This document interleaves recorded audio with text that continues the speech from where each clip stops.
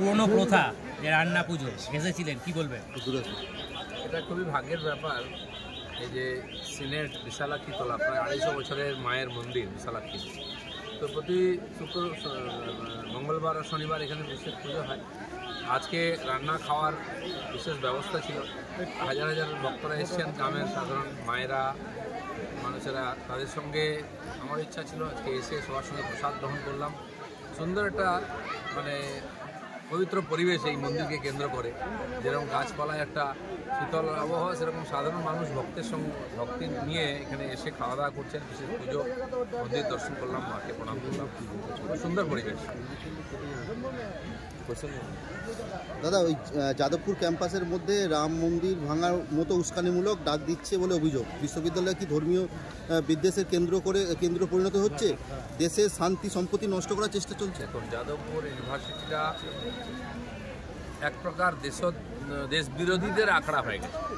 ওখানে যে ধরনের পোস্টার লাগানো হয়েছে, মাওয়ের ছবি দিয়ে আলাদা আলাদা করার ভারতের চেষ্টা চলছে। আমি যেটা পোস্টও করেছি, তার থেকে বোঝা যায় এই সমস্ত দেশ বিরোধীদের ঘাঁটি হয়ে গেছে। এই জন্য আজকে টিএমসির নেতারা বাইরে থেকে বড় বড় ডায়লগ দিচ্ছেন। কেন ওখানে পুলিশ প্রশাসন গিয়ে এই সমস্ত যারা উৎপাত করছে তাদেরকে ব্যবস্থা নিচ্ছেন, আইনের আদালতে নিয়ে আসছে না কেন আইনের সামনে? এটা না করতে পারলে যাদবপুরের মতো একটা ঐতিহ্যশালী প্রতিষ্ঠান নষ্ট হয়ে যাবে। সেটাই আমাদের চিন্তার বিষয়।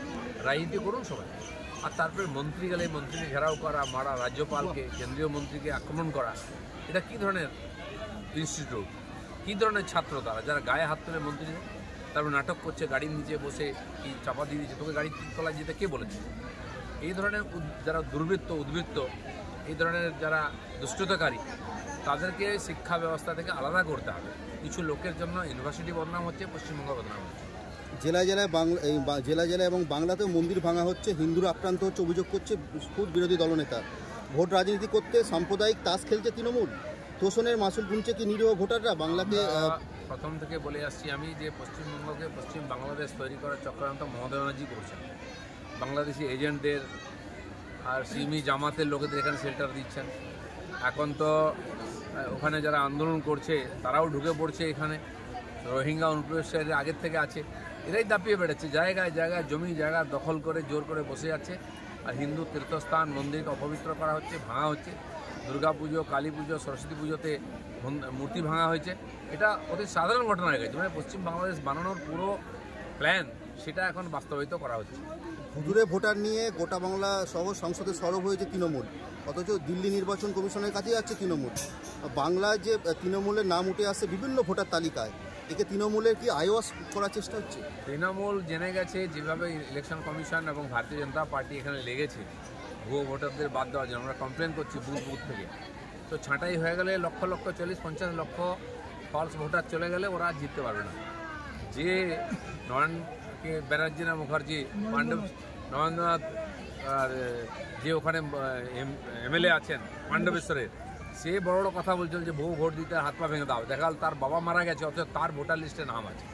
তো এগুলো বোঝাই যাচ্ছে চালাকি করে আমাদের বিভ্রান্ত করার চেষ্টা চলছে, এবং আরও 5-6 হাজার ভোটার প্রত্যেক বিধানসভায় ফলস ভোটার তোলা হবে, সে চক্রান্ত চলছে। মুখ্যমন্ত্রীর কাছে নওশাদ সিদ্দিকী দেখা করেছেন কালকে। নওশাদ সিদ্দিকী কেন গেছে এটা ওদের ব্যাপার। মুখ্যমন্ত্রীর সঙ্গে যে কেউ দেখা করতে পারে। আমাদের মুখ্যমন্ত্রী গিয়ে প্রধানমন্ত্রীর সঙ্গেও দেখা করেন। এটা প্রশ্ন হচ্ছে পশ্চিমবাংলা কী পরিস্থিতি চলছে। বিজেপি ছেড়ে তাপসী মণ্ডল আবার তৃণমূলে। ঠিক আছে, নির্বাচন এলে একটু লাফালাফি করে এই পুকুরের মাছ ওই পুকুরে চলে যায়, সেটা শুরু হয়েছে। চলুন।